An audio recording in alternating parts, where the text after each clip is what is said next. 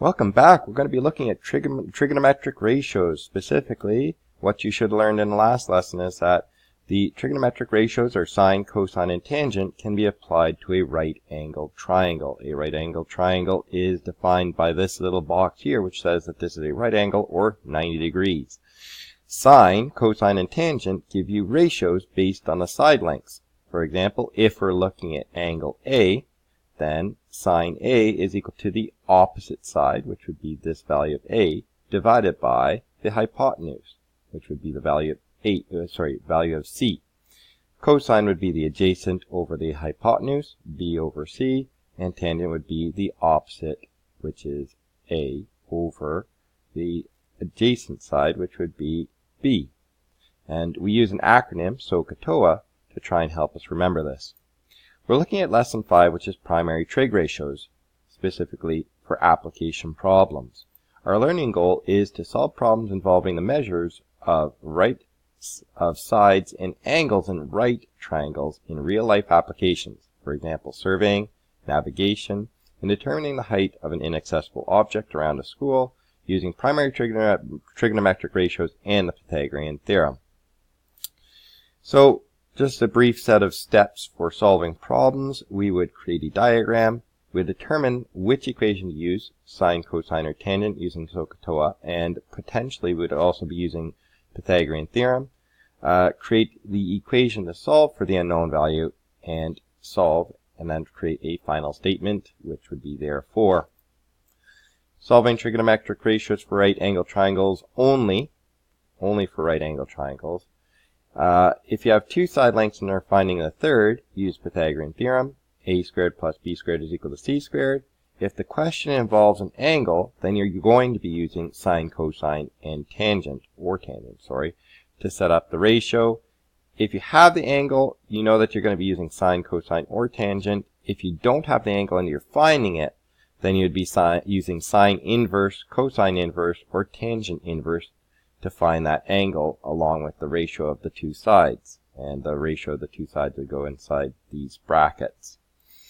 Here's a few key terms, because these are common terms which will come up in word problems, and is also usually misconceived or not 100% interpreted properly. We've got two terms which would be angle of elevation or incline. It's the angle between the horizontal and the line of sight above the horizon. So here's a diagram where if this is the horizontal, then the angle of elevation is always going up, or we can also call it angle of incline. Angle of depression means it's going down.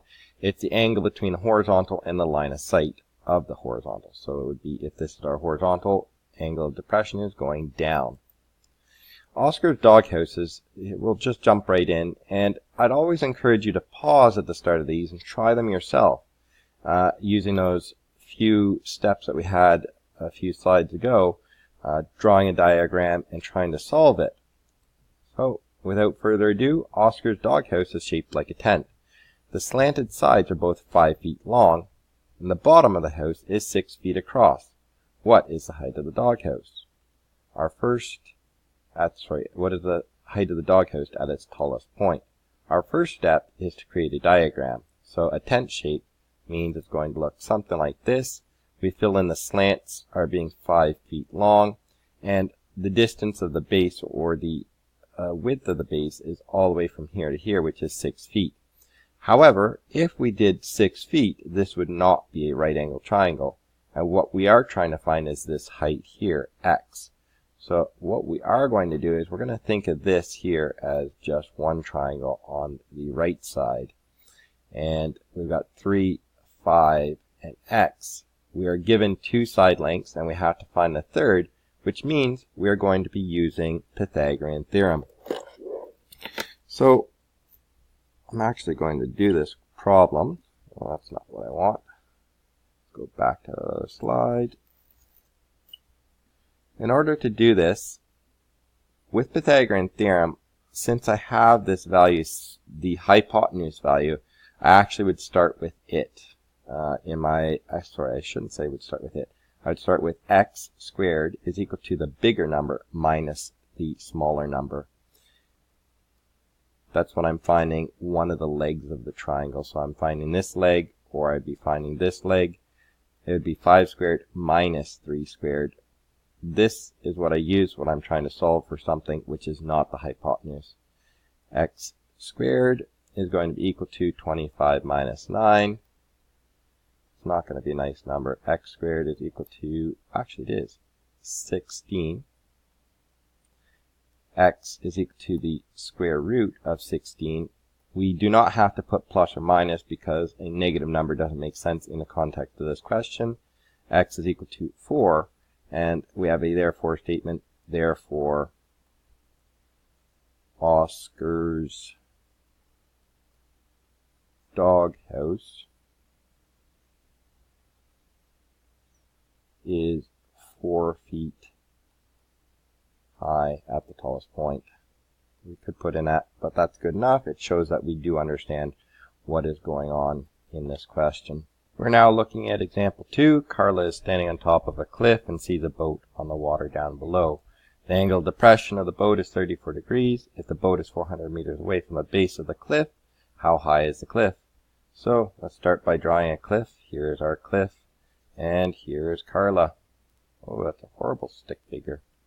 And down below is a boat. There's a nice sail.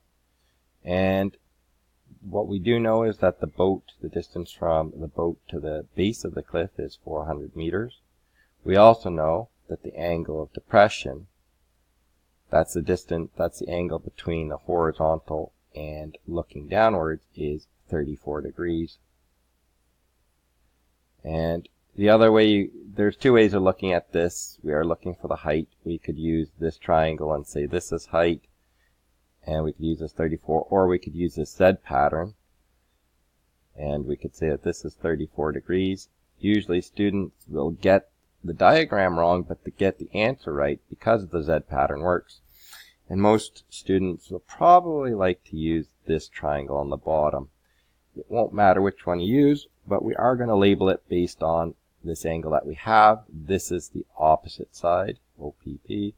And we're going to say that this is the adjacent side. This is the hypotenuse. We're going to circle the ones that we have, O and A. We're going to cross out the one that we don't, and that tells us that we are using O and A tangent ratio.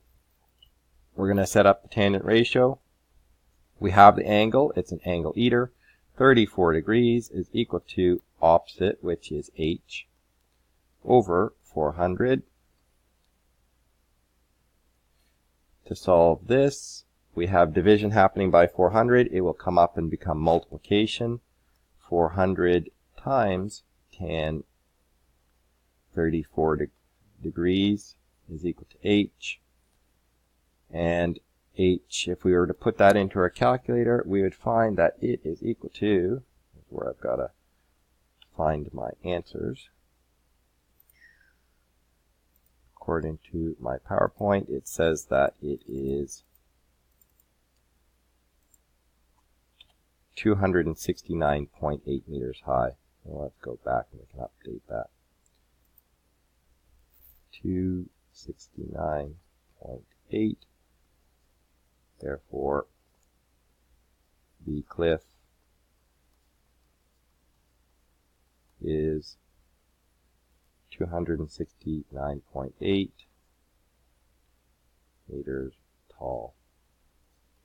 Moving on to example 3. The CN Tower is 553 meters tall.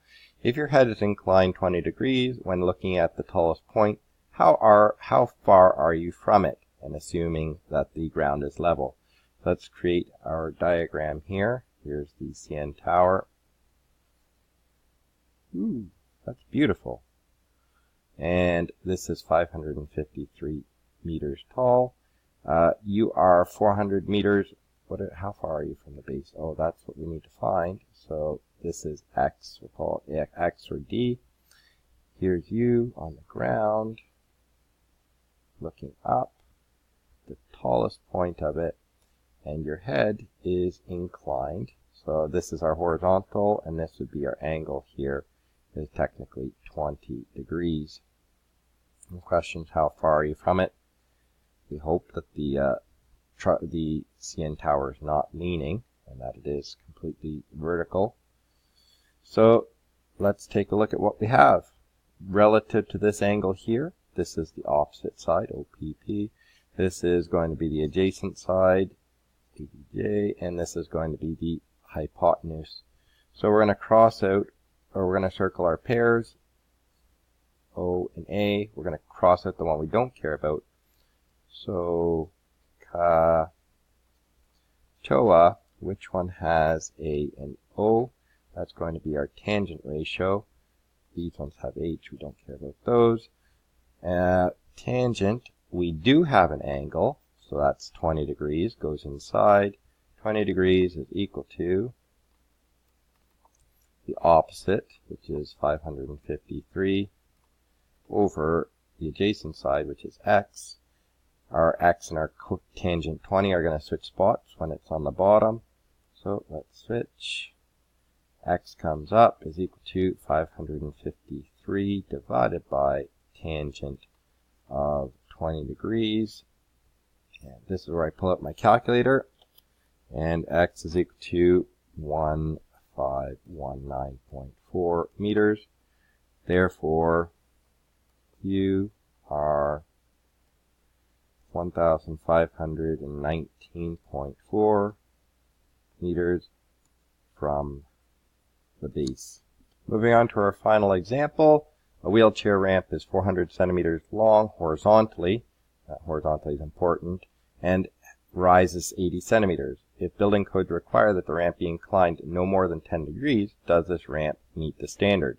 So we're going to be finding an angle. Let's try and create a diagram of this. So here's our wheelchair ramp.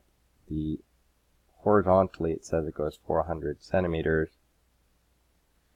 This is a right angle, and it rises 80 centimeters. And so what we're trying to find is this angle here, angle A. So we're going to be using sine, cosine, tangent, inverse. Let's label it according to A. This is the opposite side, OPP. This is the adjacent side, ADJ. And this is the hypotenuse. We've got our SOHCAHTOA. And we know we circle our pairs. We do not care about H. We have A and O, which means we're using tangent ratio again. Tangent, we put in the angle that we're trying to find. A is equal to the opposite, which is 80 over 400. A is equal to bring tangent over to the other side, it's tangent inverse of the ratio, 80 over 400. That's where we're going to get out a trusty calculator. And we find that A is equal to 11.3 degrees. It's not too far off from the 10. However, this says that it does not meet code and that the ramp, because it's over 10 degrees, the ramp is too steep. That concludes our lesson. The only other thing we've got is our homework slide.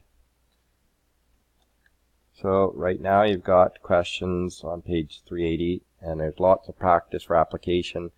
The only way you're going to get better at this is by making sure that you go through and do more problems. And if you struggle, do more and more and more. Go back, redo them. Practice makes perfect. Thanks for watching. Enjoy.